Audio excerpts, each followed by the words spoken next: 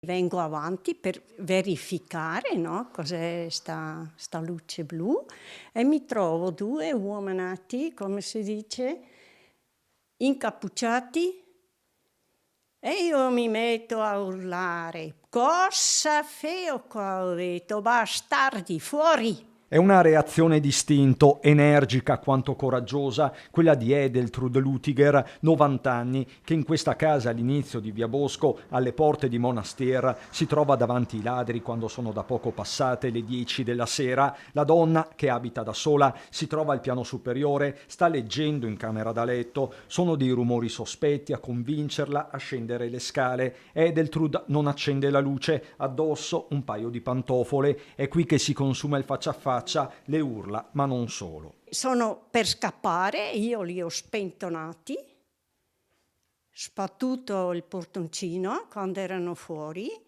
me ne trovo uno terzo, qua davanti alla porta della cucina.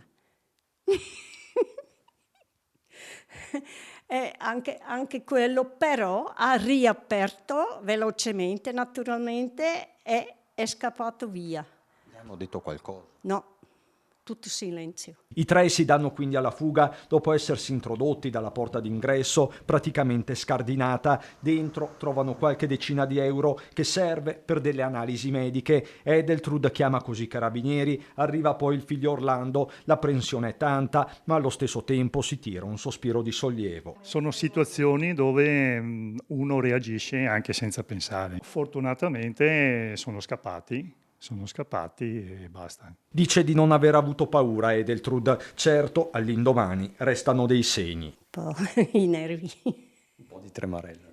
Sì, e stanchezza soprattutto, perché la notte anche poi era un po' corta. Ripensando alla sua reazione, la donna allarga le braccia e si scioglie in un sorriso. Le raccomandazioni sono 1000, di non fare certe cose, ma al momento il cervello ragiona così, può dire incosciente eventualmente, ma è andato tutto bene, insomma, ecco. Si può dire solo questo, ma comunque passerà.